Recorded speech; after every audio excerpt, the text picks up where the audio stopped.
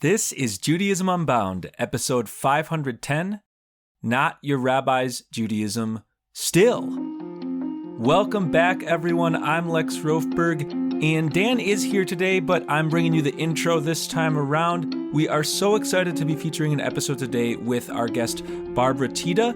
This episode is a chance for us to continue our sort of reflective moment. We hit episode 500 recently and took that as a chance to look back on the origins of Judaism Unbound. We also had an episode with B'nai Lappi where we continued that conversation a few weeks ago. So today we're going to be doing some more of that. We're going to be featuring Barbara Thiede, also known as Shulamit Sapir in many of her circles. This conversation, like that conversation with B'nai Lappi, will be featuring somebody that we hold as near and dear as one of our teachers. Barbara Thiede is my own Rebbe. She co-officiated my wedding to my wife, Valerie. She has been a teacher of mine, literally in the sense that I've been in her classroom. I've visited her community and seen how she leads that community, and it's affected my own Jewish teaching and Jewish ritual leading. So she is somebody who, in ways that are sometimes direct, we talk about her and we talk about her Torah and her scholarship. She's both a professor at a university and a rabbi who serves within Jewish life. So we're excited about this. Before we dive in, a brief Judaism Unbouncement.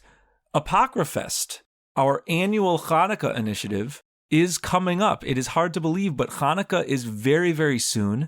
That means that Apocryphest, the annual observance where we, in collaboration with the Torah Studio, our friends in the digital Jewish ecosystem, run an event where the whole point is engaging with this Jewish festival, the Festival of Lights, Hanukkah, and connecting it to books of the Apocrypha, books that were not marked as canonical. We see this as a moment to engage with texts that have been marginalized historically, but were at various points seen as sacred to many groups of Jews. And so we're doing that again this year. You can sign up to receive emails during Apocryphest by heading to judaismunbound.com/apocrypha, APOCRYPHA.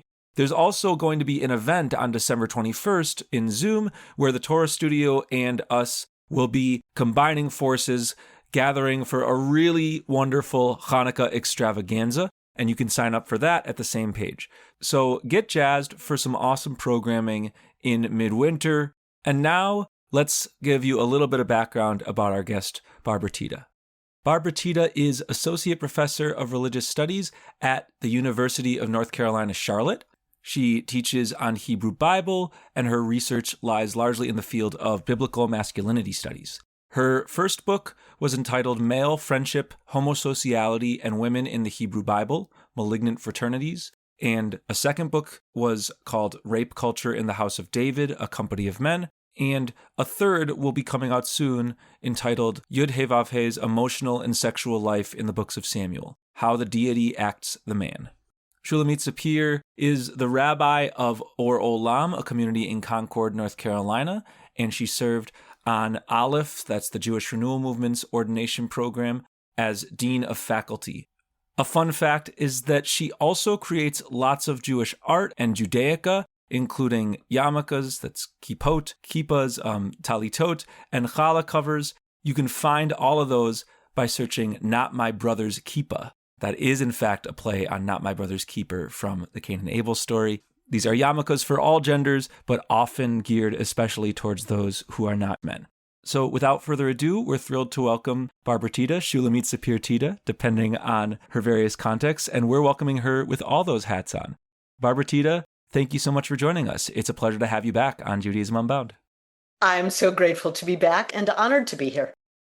Well, it's part of this idea that we had in our 10th year as a podcast to bring back some of the folks whose ideas really influenced this podcast a lot in the early years. So it's exciting to have you back.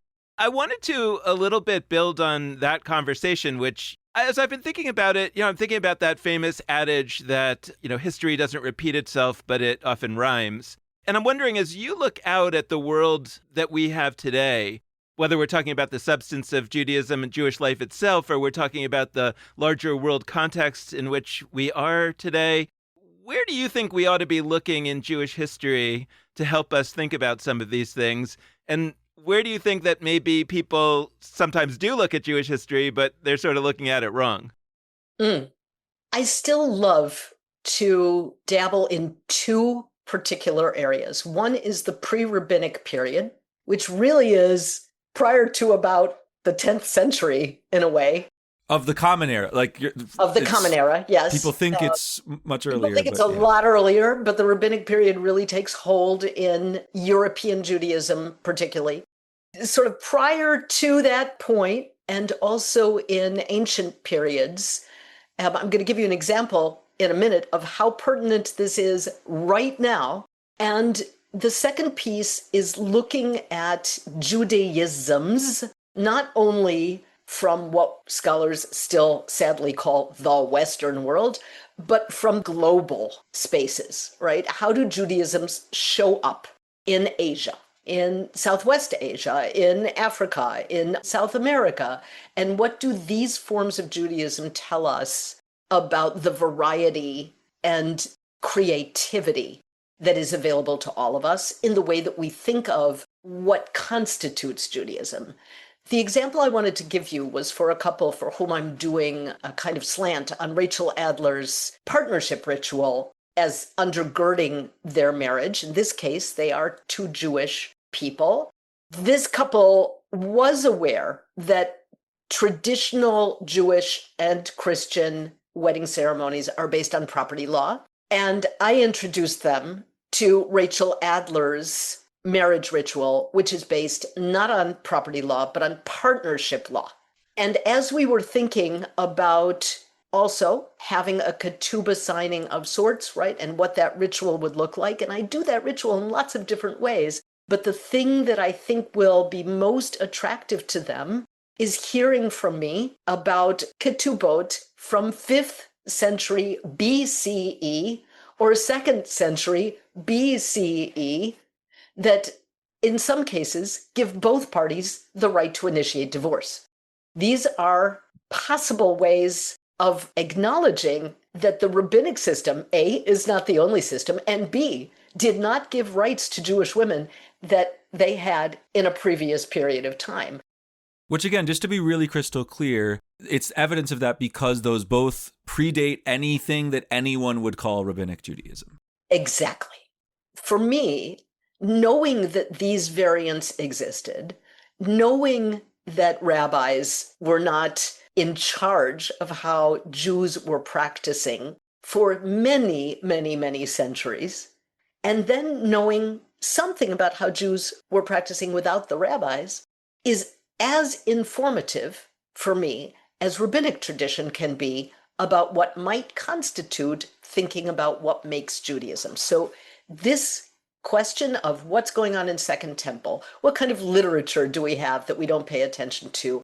Why is it that these texts were canonized and these weren't? And what does that also help us understand? And this spreads out not only in the practice form, but in the scholarly world. I'm just finishing a review of a book by one of Lex's teachers, Saul Olyan.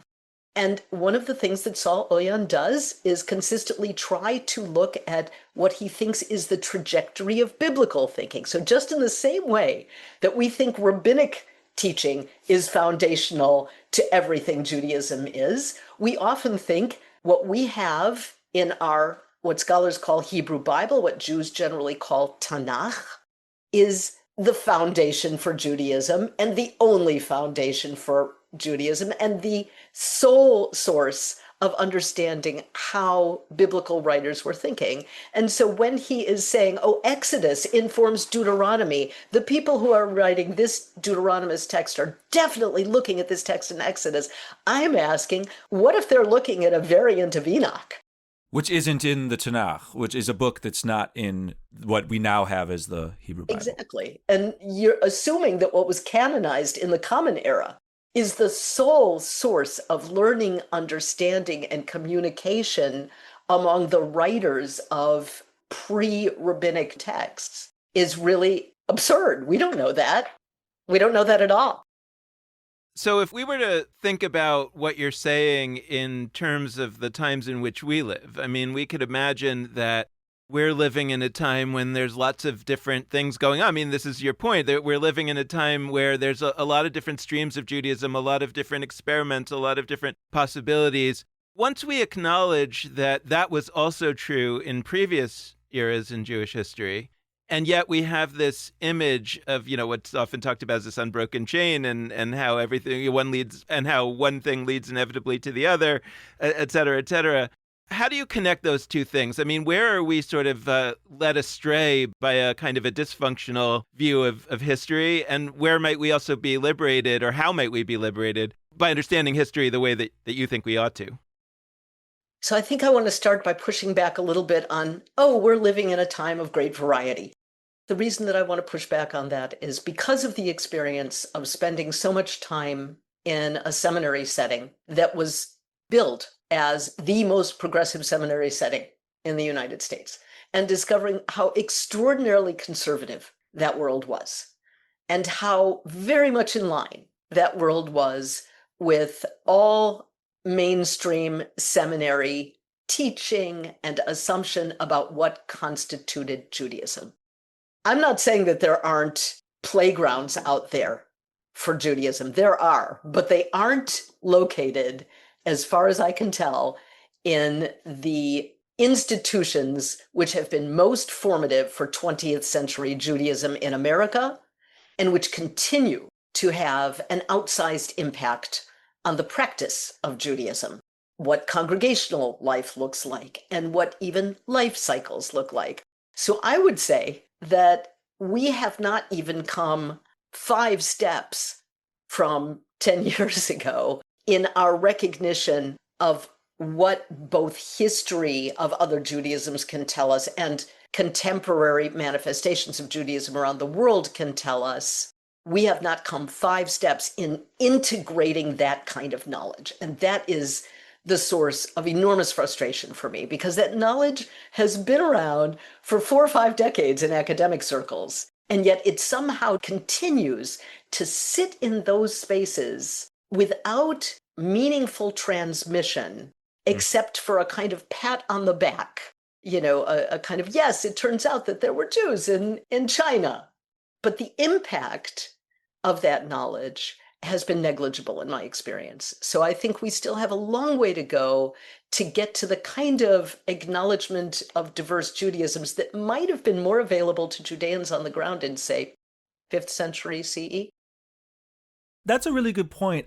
I want to say something that I feel like you totally agree with, but that also gets at what Dan was asking about diversity. Like, I think what you're pointing to is within a spectrum, a large spectrum, but still a spectrum of Jewish institutions that people look at and say, yes, that's Judaism. If I'm curious what Judaism is and where it lives and how it is practiced, I can look at these particular movements. I can look at these synagogue institutions. I can look at these kinds of demarcated denominations and otherwise. There's an inherent conservatism operating there and a deep commitment to a very narrow range of rabbinic Judaisms that is not the fullness of all Judaisms at all. 100% agree. What I've heard you also talk about is, look, there's a lot of Jews around and we're doing stuff. We're doing it with some amount of connection to our Jewish past, which most predominantly tends to be a rabbinic Jewish past, because that's what has been passed on to us. But also we're doing it as, people living in whatever countries we're living in. For us, as people in the United States, shaped by our context. For others in other areas of the world, shaped by theirs. Like, folks are making life cycle events happen, rituals happen, practices happen that maybe they call Jewish, sometimes maybe they don't, but which are in conversation with or part of the stew that is their ritual lives, and they're Jewish while doing so. And so I bring that up not to correct you, but because I think you agree with that, and I think that's part of what Dan was getting at with the diversity of experiences. But I want to sit with the 5th century BCE ketubah that you are using in this wedding once more, because what you talked about is we name these things. There's Jews in China. We give a pat on the back. We give a nod to certain, I'm going to say, artifacts. There's things that we treat as artifacts. And almost everything that is Jewish but not rabbinic in Jewish history gets treated by Jews today as an artifact. Yeah. Oh, isn't it so interesting that once upon a time, there was a ketubah in the 5th century BCE that had a sort of recognizable form of equality that we might want to accept today. Isn't that interesting? Cool. But the takeaway from that is almost never, well, let's channel that into the next wedding that we do. There's some kind of an invisible separator between knowledge of the Jewish past and willingness to mobilize it in the present. So you have all these people that go to rabbinical school, say, and they learn, yes, there's who wrote the Bible is really interesting. And within the Bible, there's arguments and debates and, there's all these other different kinds of streams. And then a bunch lost and the rabbis won. And so Judaism, when we say Judaism now, I'm putting all of this in quotes. People say this directly, like, well, when we say Judaism today, that's rabbinic Judaism. Sure, there's other Judaisms, but come on. They lost. They're not around. And so does ketubah officially mean only rabbinic document? No, ketubah in Hebrew means written thing. It doesn't even mean contract. It just means written thing. I remind couples of that all the time. But why do we need to take that step of, well, let's channel this into ritual now? And maybe that's the why question. But to folks who are sitting and hearing this and yeah, I kind of agree, but I still have something in me that's but there's a specific set of things we've received and I'm heir to a rabbinic tradition. I'm not heir to everything. What might we say to those folks about why it would have a positive impact to channel these other energizing creative forms of Jewish experience from our past and present? I have 3 things I want to say about this. First, I would think about centering and privileging. We center and we privilege rabbinic tradition. Everything else is on the periphery. It's on the outside. What happens when you take the outside and you center that is a first question, right? We're understanding that we have privileged rabbinic tradition in the same way that we've privileged Tanakh as the source of all our literary output, despite the fact that it is really a small piece of that. Secondly, I would want people listening to be aware, for those who have talked about the profound influence Christianity has had on shaping what we call Judaism, we might want to consider that the reason rabbinic tradition got where it got and won, air quotes, is due to the powers that were, and they were Christian powers. So if we're trying to liberate our understanding of how we want to think about Judaism, but the third thing, and the most important thing I want to say, is that this is an ethical project.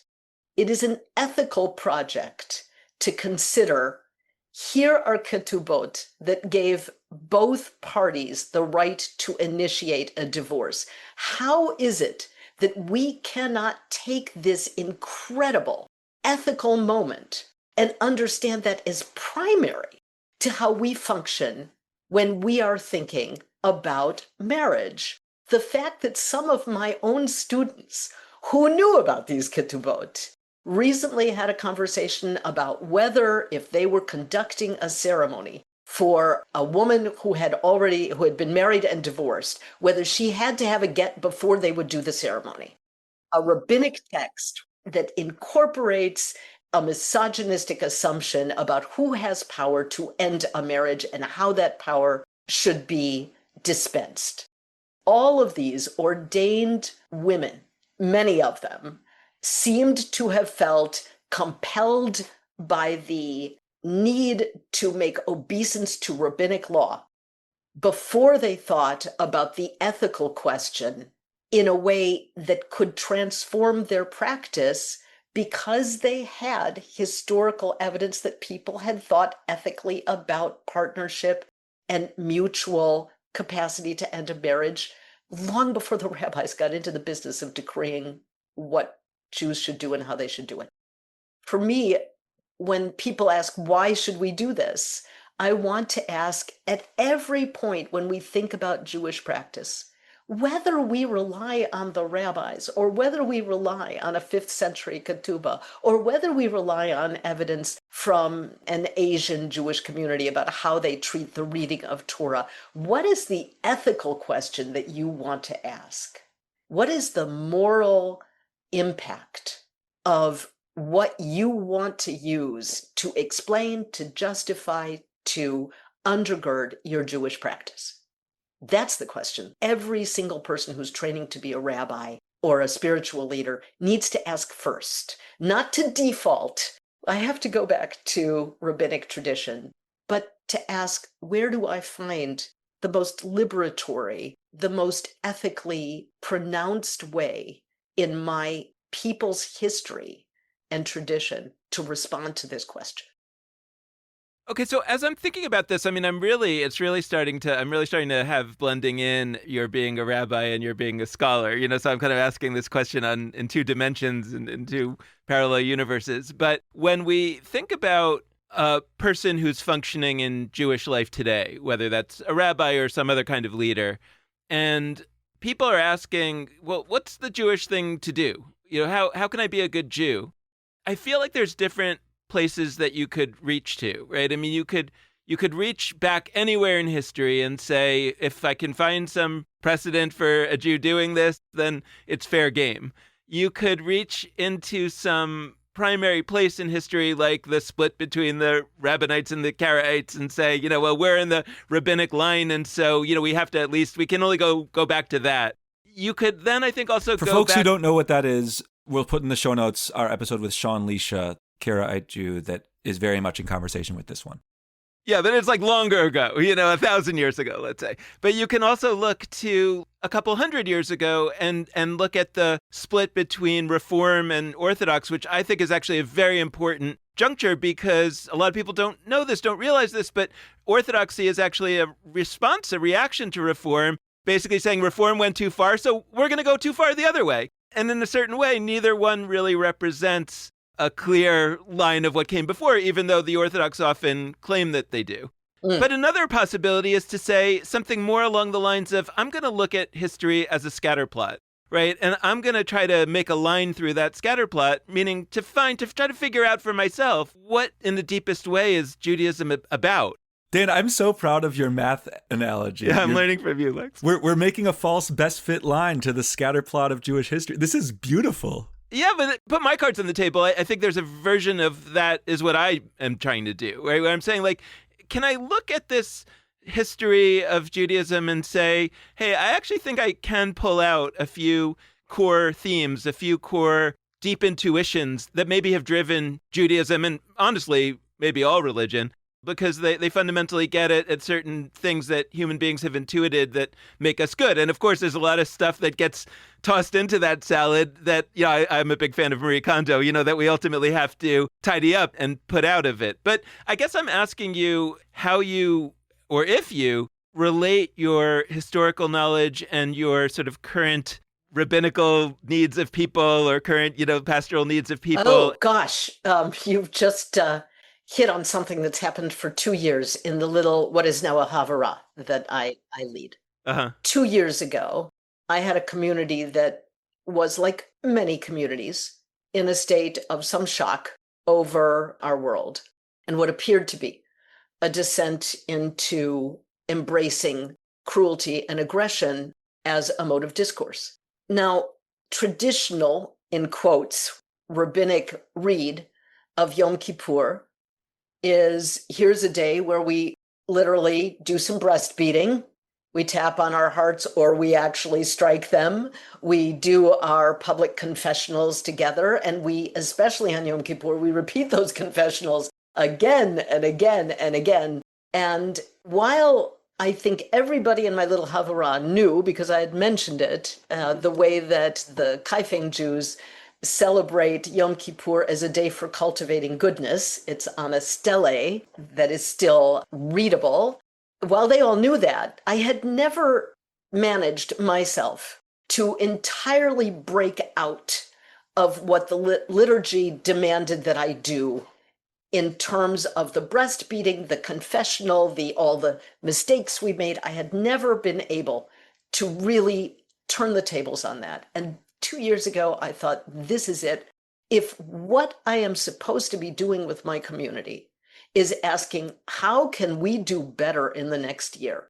Then my question should be, what did we all do right And how did we do more of it? If I'm cultivating goodness along the lines that I think this stele, this stone monument, which describes what the community is doing, if I take that message seriously, what do I do? When I got to Hineni, which is the point at which the cantor / rabbi is saying a prayer saying, I'm not worthy and I have to represent these unworthy people, it's a self-flagellation. I turned to everybody and I said, not going to do it. Not going to do it this way. To the melody that I sang every year for 20 years, I sang about the goodness of my community. Things I knew that each person before me did as acts of goodness and kindness in the world. And so there I was absolutely taking a piece of what I know is a variant way of thinking about Yom Kippur. And I was saying, why not center that piece? Not let it walk around the peripheries, but center it. And what does that mean for every liturgical piece of Rosh Hashanah and Yom Kippur that I used to do all the time, right? Maybe not this year. That's a really, really cool point. And while we're doing our math analogies and scatter plots, I mean, I feel like what you just described is if goodness is the goal, if we have like a math equation and goodness is the numerator and things that are harmful, badness is the denominator, there's two ways to increase that fraction of goodness in the world. One of them is the prime focus of the high holiday services, which is decreasing the denominator, having less of the chaitz, the sins, the wrongdoings, all of that stuff. That is what keeps getting said over and over again in different ways in the service. It's the thing that we focus on in Tashlich, where we put some of that denominator into bread or other food and discard it into a river and hope that it decreases, literally. But it is actually weird that we don't have the increasing the numerator, like, here's the goodness, here's how we increase it. I don't think you're doing something that folks have criticized, which is like making this whole ritual just touchy-feely. And I think what you're doing is like, we actually have a goal here of increasing goodness. And if we're not talking about what the goodness is, we can't actually underscore it or increase it. I have a different kind of question that I'm excited to hear from you on, which is I have a particular bone to pick that I think you will help me pick. We live in a Jewish ecosystem where the word peoplehood is used so much. It's used all the time. And there have been many different critiques of it, and people talk about it in conjunction with nationalism and Zionism. That's actually not where I'm going. What I want to say is I have reached a breaking point with people saying the core of their spiritual existence is that they are connected to something they call Jewish peoplehood.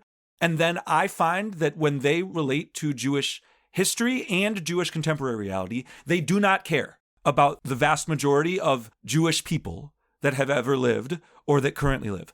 I've been saying it in ways less direct than this for a little while, but I need to say people are lying. People are saying they care about something called Jewish peoplehood, and that what that means is, I'm connected to all Jews, past and present. I'm part of this line, this almost family. It's this beautiful thing that means that even in today's moment, I can be connected to people all around the world that are also Jewish, and I can be connected to every generation past that has marked certain rituals. Like, if that is true, then you have to care about all Judaisms that have manifested. You cannot say you care about Jewish peoplehood and say, the thing that matters about the 3rd century of Jewish history is the Mishnah. It's one book that rabbis wrote, because that's the book that led to me. That's the book that led to Rabbinic Judaism, which led to more specific splintered off kinds of Rabbinic Judaism that eventually sort of leads to my group.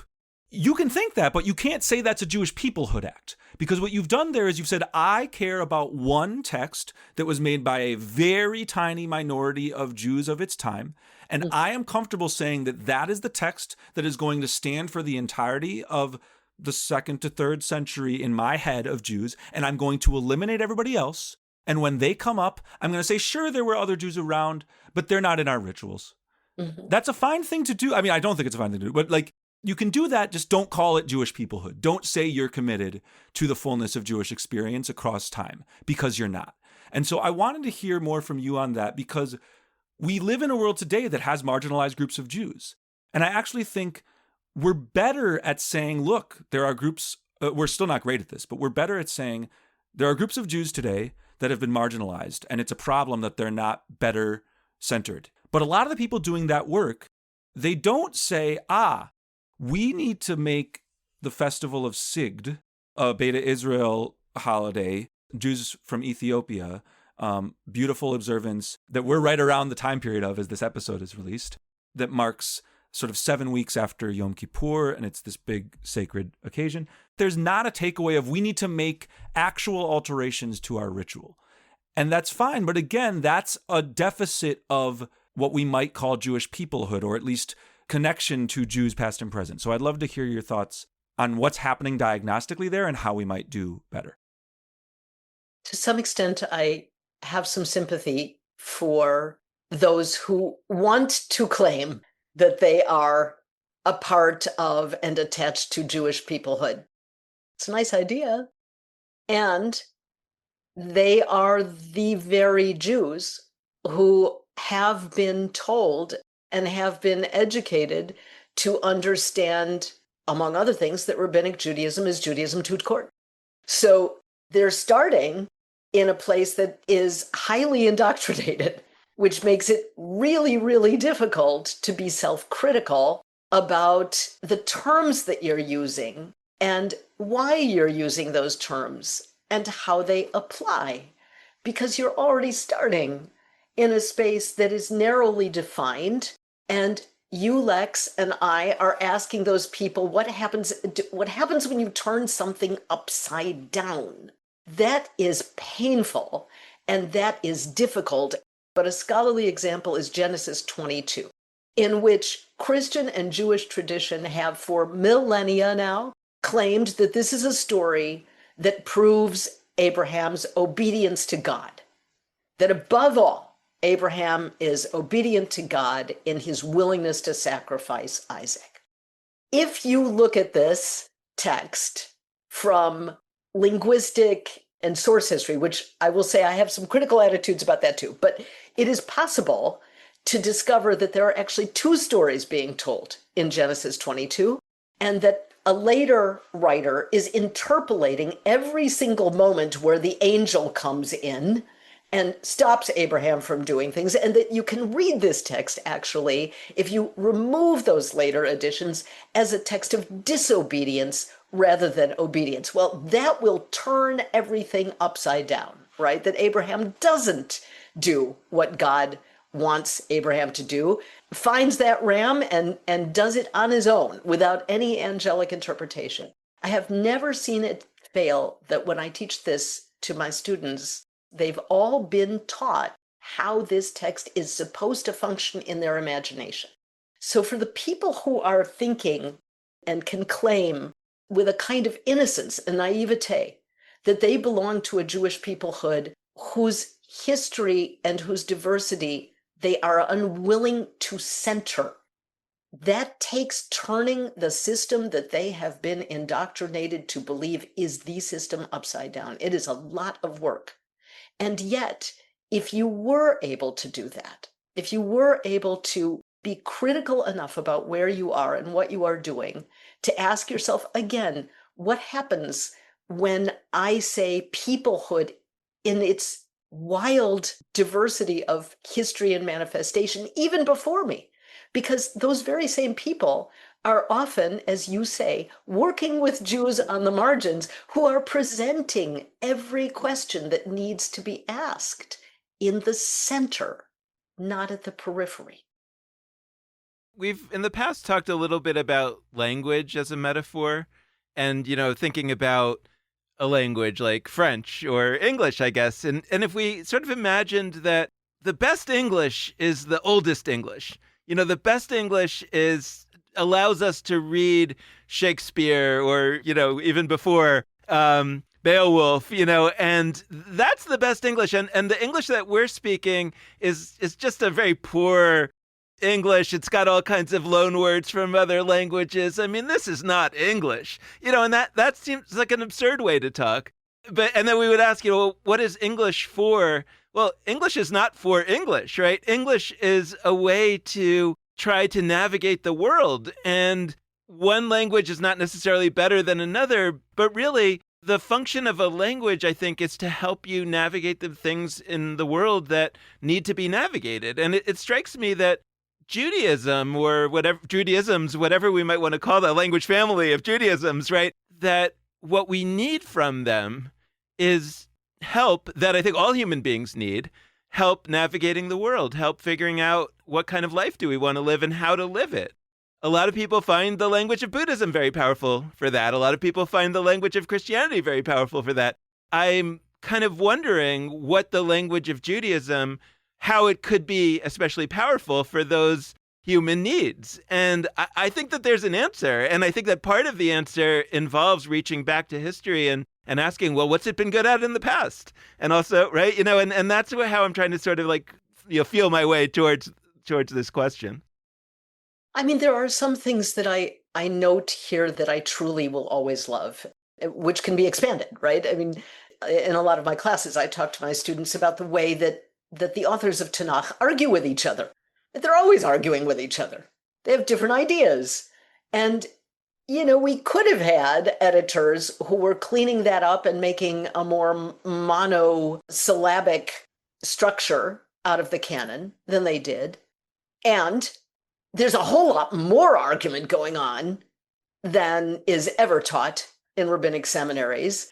Go to those other books like the Book of Jubilees or the Book of Enoch or, all the incredible richness of Second Temple literature and more. I mean, there's so much out there that could be admitted to the discussion and the argument so that we can, in fact, enrich our understanding of how many ways that openness to discussion when we see it can benefit how we think about how we operate in the world, right? So that's a sort of basic premise that Judaism has not been as bound to creedal statements as some other religious structures. We can use that to our advantage. And I don't want to fall into this trap of, well, let's talk about in what ways Judaisms are superior to all these other religious traditions. We argue with each other. Yeah, we'll get people around a table and ask them to discuss the importance of circumcision and questions about that. And you might get a shutdown of that conversation really, really fast. We have our ideologies, we have our restrictions. And so when we focus on what it is that we can offer, I want us to be mindful that we have celebrated our traditions with perhaps too much glee and not enough self-awareness about where we are mythologizing our willingness to admit dissenting opinions and not recognizing the extent to which we have closed the door on dissenting opinions. So I want to take a turn in this conversation that I actually know as I do it will make you squirm a little bit because you don't like when I talk about the impact you've had on me personally. And I think you may struggle with the ways I'll talk about the impact you've had on our organization. But given the purpose of this episode as part of a set of episodes we're doing, looking back on our own first 10 years and voices that have had an important impact on us. Like when people hear you talk who know us well, I hope that listeners, you're having these moments of like, oh, she's saying a bunch of things that Lex says sometimes. Like I literally sat in her classroom, like visited her community and learned from her and received your Torah. On a basic level, just the fabric of our organization, Judaism Unbound's yearly calendar, our Apocryphest, the way we relate to Hanukkah, where every year we intentionally understand it as a moment to relate to books that are outside of the canon, but books like Jubilees and Enoch that you've referenced. I owe that idea, which it was my idea on one level, but all of our ideas are not really our ideas. They are things that come to us through the influence of other people. It wouldn't exist without you, just fundamentally, basically. I sat in your Judaism Without Holocaust or Halakha class, which was an incredible title for a class. I mean, that's where I learned that, okay, there's this community, the Beta Israel, and also Ethiopian Christians who had a relationship to the Book of Jubilees, Dead Sea Scrolls, like this community at Qumran who had a relationship to the Book of Jubilees. And all of a sudden I was like, I want to read this book. Seems like a bunch of Jews throughout history have cared about it. What's its deal? So I went and checked out that book, and it transformed my life. And it planted in me a desire to find a new kind of glee. I mean, you were using glee and how we sit with a certain kind of glee negatively. I want to find the glee, and I want all of our Judaism Unbound listeners and participants, Unbounders, to experience the magic. I really think it's magic of what I felt encountering that book, Jubilees, and what I've since felt over and over when I've sought out, I don't even want to call them non-rabbinic. That's not like calling things non-rabbinic Judaisms once again sends the message that rabbinic Judaism is kind of the thing and the rest is non. But I don't have another good way of distilling them. But when I found these forms of Jewish experience that I didn't know about, I mean, they're invigorating. Jubilees, just to be specific about what I like, I mean, I learned 10 generations of women's names from the generation of Awan and Azura, who are named as the first two daughters of humanity. So there's Adam and Eve, but then the first two daughters of humanity are Awan and Azura. And then I learned a whole list of names of these biblical matriarchs that are not present in Genesis. If we had that as part of our Jewish life and rabbinic Judaism also existed and did its work, what would we have? We'd have an entire universe of midrashes, of rabbinic hot takes, of rabbinic fan fiction, telling us beautiful, interesting things about all these women. We don't have that. But I read this book and I'm like, I want that. The fact that we don't have it today, that is a failure of, I'm going to use a phrase I hate, Jewish continuity. That's actually a failure of channeling forward gems from our Jewish past in the present. And so we need to do that. There's so much that you have done to help this organization push beyond just understanding rabbinic Judaism as the center of everything. My question is, given all that, are you and I and Judaism Unbound rabbinic Jews? I like honestly don't know, I don't know how to answer that, because on the one hand, aspirationally, if I lived in a world where rabbi was not the only recognizable title of like leader of Jews, I think I would call myself something else. I don't think I am a rabbi if rabbi means person who is interested in continuing the lineage of rabbinic Judaism. But I don't have another name for what I am. And also, it would be dishonest of me to say that rabbinic Judaism isn't shaping my Judaism more than others. Like, even as I push back, it's shaping what I do. And so, are we rabbis? Are we rabbinic Jews? I actually don't know the answer to that question. When we first talked, I remember at the end of the conversation, you and I both admitted how uncomfortable we were with that title. Nothing has changed about my discomfort either. I often feel when I ask myself, to what extent do I belong here? What part of my body is turned towards the corpus of the literature that we call rabbinic Judaism? Is it my back? Have I turned my back? Right? But no, then there will be a moment where I will come back and see this piece and ask myself, what will this mean for me, for Jews, and for community? But did I turn only because that's the default? I grew up with all of this being completely unquestioned. And it only took, 4 decades before I started questioning that world? I think I'm still caught in it at the same time that I run from it.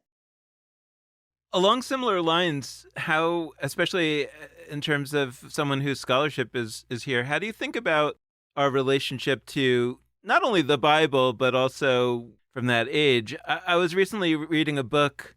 It's a really good book about Einstein's spirituality. I really enjoyed it. But the author of the book was trying to kind of say that Einstein wasn't really heavily influenced by Judaism. And he kept giving examples from the Bible that were in conflict with Einstein's spirituality. And I was like, look, I don't know if Einstein was impacted by Judaism or not. I suspect that he actually was. But the Bible is not Judaism. You know, that there's a lot of Judaism since the Bible. And a lot of the things that he was talking about, things along the lines of the lex talionis, right? You know, an eye for an eye or things like that, which are in so much conflict with Einstein's spirituality. As a lex, I don't endorse the talionis one. Yeah. I don't endorse any lexes, you know, but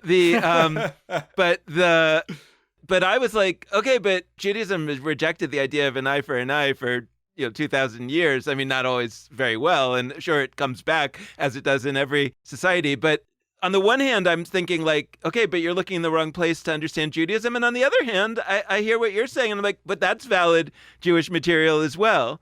So how do we kind of think about maybe some of the problematic elements of our inheritance and whether and how that might be part of our lineage as well? I first want to say, when you said Bible is not Judaism, I was thinking, let's just take monotheism. There is nothing in Tanakh that is an untrammeled, clear, specific, monotheistic creed, right? There have been a lot of things that have been claimed as such. This is actually one of the lovely parts of this Saul Olyan book, is that he really takes apart the way in which scholars have adopted exegetical traditions and belief systems and done everything they could to cement the idea that this text eventually, in Deutero-Isaiah, for example, gives us the real untrammeled radical monotheism that Judaism invented. That is all. I am not sure whether I can use a bad word here. You can. It's hooey. Let's just do a nice version of the bad word. It's absurd. If we were taking Tanakh as the foundation for beliefs about God, then the whole piece around monotheism would crumble into dust. Which isn't to say, I also want to add, that later forms of Judaisms were all that monotheistic either, but that's a whole nother piece. But we've claimed that. We've claimed, we invented it. That's the one thing we believe in, not in our Tanakh. Why is Tanakh vital? Why is it important for us to think about? It seeps. It seeps into who we are, even when we say, oh, well, we rejected this particular bad piece of it. So let's do the Yochanan ben Bagbag thing. Everything is contained therein. We turn it over and we turn it over again in every generation, and we figure it out anew. Why are these texts important? If we're going to claim them in any way, and we should, they're part of our history, along with all those other magical texts that we have yet to claim. We also have to ask, what are they there for? And why do we care about them? And what do we claim they do for us? It is interesting to me that so often my students would say that the one thing they could not give up was Torah. I think the reason that they said that is because there are a lot of cool stories in Genesis and in Exodus and sometimes in Numbers, right? They're fun and they're challenging. At the time, I wondered what would happen if you let that go. Now, I also want to say, from the academic setting, I don't feel we have the right to. And this is why. These texts became, through multiple accidents of history, absolutely pivotal. They were exported globally, largely through colonialism, Christian colonialism. They have been read in translation all over the world. They have been relied upon as so-called guides to how we structure our culture or even our law. They are live texts that undergird our culture, whatever we call culture, our art, our film, our books, they seep. They're in all sorts of settings, affecting how we think about the world. And we have, in most places in the world, called these texts sacred. Because we call them those things, or at least influential or foundational, we better damn well know what's in them. They're affecting how we live, how we breathe, how we move in the world, how we think about the world. And some of those effects are disturbing. Before this next question, a brief content warning related to the topic of rape culture that comes up in Barbara Thiede's books and which we'll be discussing.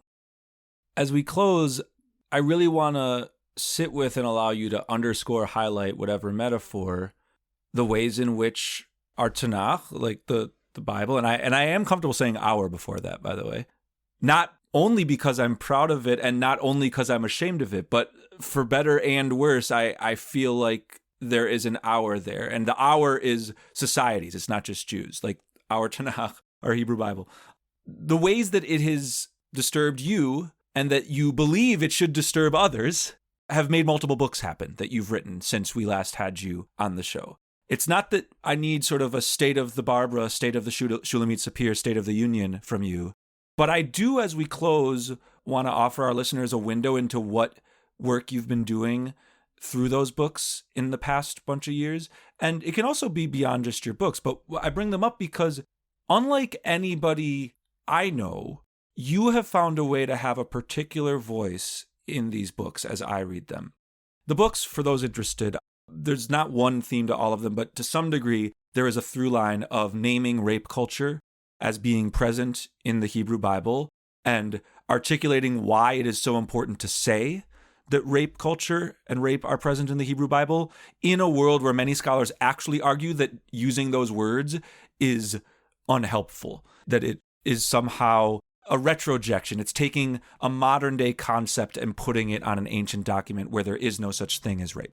So you've written multiple books about why that understanding is catastrophic, that it's both wrong in terms of understanding the Bible itself and also that it can have a terrible impact on our world. And so I'm interested about that in particular, but I'm interested more broadly in how you have found a voice, in my view, where you write entire books about how awful, how terrible, how catastrophic many passages in texts marked as sacred are. And you do so without disowning them, like without being outside of them. You're not saying I am a scholar and I am outside of religion. I am talking about how bad these religious documents are, which many scholars do. You're saying, no, actually, we're all responsible for this in the way you just did, not because I'm a Jew necessarily, although not because of that, but because these texts do work in the world.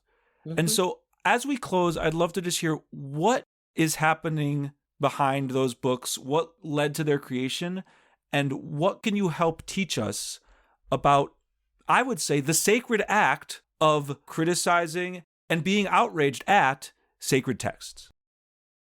I was trained as a historian, and so the first years that I spent working on biblical texts were profoundly influenced by the idea that my job was to see these texts in their context and to be able to explain what that context looked like and how that context led to the document that I had before me. I will still claim that there is value to understanding what is actually being said in this Hebrew text when you look at the source language as opposed to a translation. I can still say there is some value to this. And what I have discovered in the last 10 years is that scholarly objectivity and scholarly reconstruction reinscribes the ideologies of the writers. If all I do is say, this is the context and this is what they wrote and this is how they thought, and I am not willing to interrogate, I am not willing to resist those ideas, then all I have done is reproduce them for another generation, and that ends up doing deep and horrible harm because the lack of interrogation means we accept these texts at face value as having a value of their own that we are not allowed to question. When I see that these texts are filled with tales of power and abuse and sexual violence against all kinds of characters, not only female characters. This rape culture operates around male characters and characters whose gender identity isn't so clear as we might like to think. Including God. Well, God is the model for that's my next book, is how God models this use of sexual violence as a tool, as a power tool.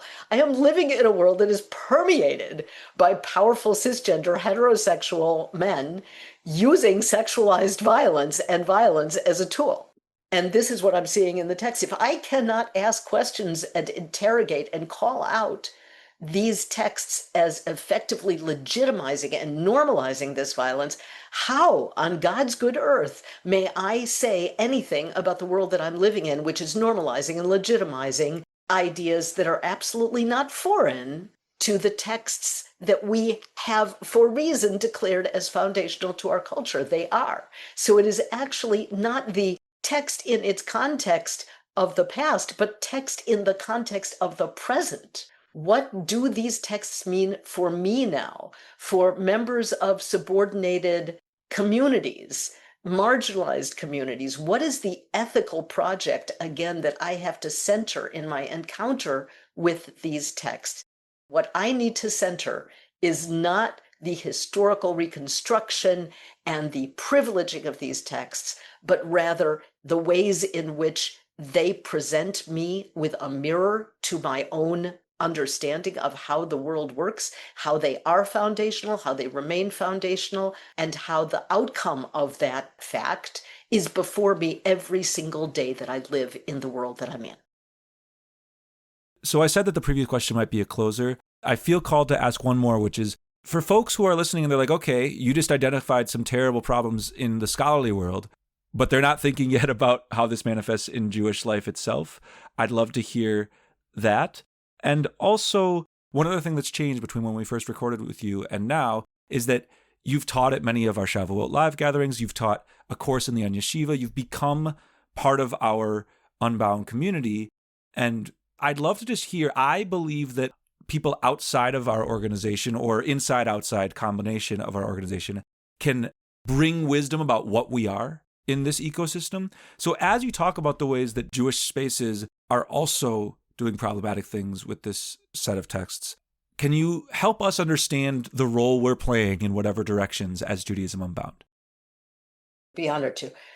Let me start with, I have been sickened over years and years of watching rabbinic leaders do their drashot on these various texts in ways that fix them. They fix God. They fix texts that are dangerous and upsetting. And that's the best thing. What mostly happens is that they just ignore it. But when they do address it, they're fixing it. They're working all the time to fix it, to come up with the right midrash that will help make it better, make what is there not there. We justify God's violence. Oh, this is about justice. This is about God has to do these violent things to bring in the end time when the lion will lie down with the lamb, right? God is on the side of an eventual justice. And so for this reason, God has to act out when Israel is recalcitrant or does the wrong thing. There's all sorts of ways in which these texts are not just ignored, but processed so that we don't have to see what they say. And I want to say this continuous ignoring or lying to our congregants does not work and cannot work, because people walk into our sanctuaries, people walk into our offices who have seen violence, experienced violence, know of violence. You want to alienate people, then ignore the realities that they have lived with and are living with by effectively making sure that you say, oh, I have this safe space. Judaism is only a safe space.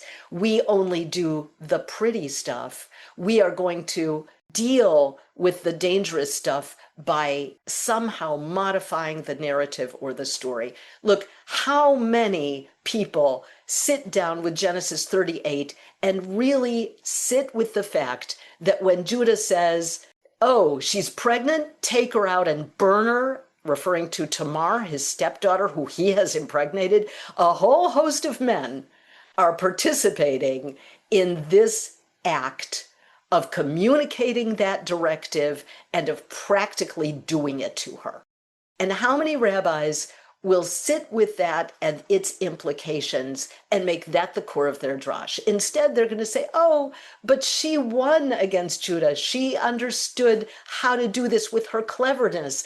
It's by this man that I'm pregnant, and Judah had to admit she was right. That's what they'll focus on.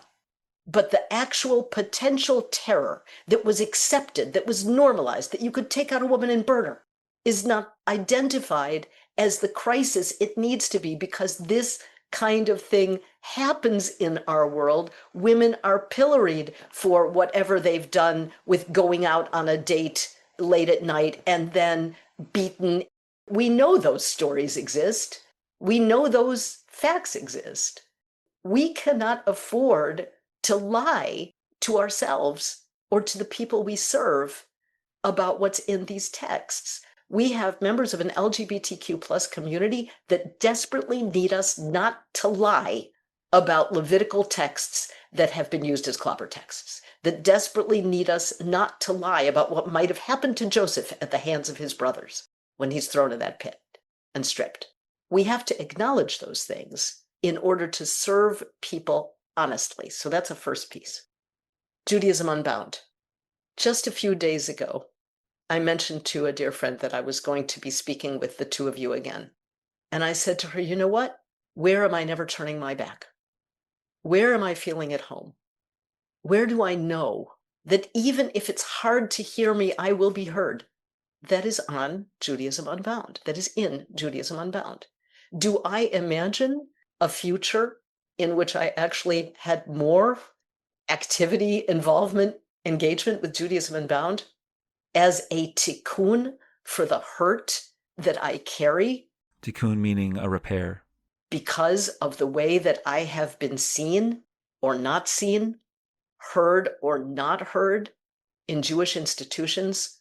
Yes, Judaism Unbound is a tikkun for me. It is a place of healing for me.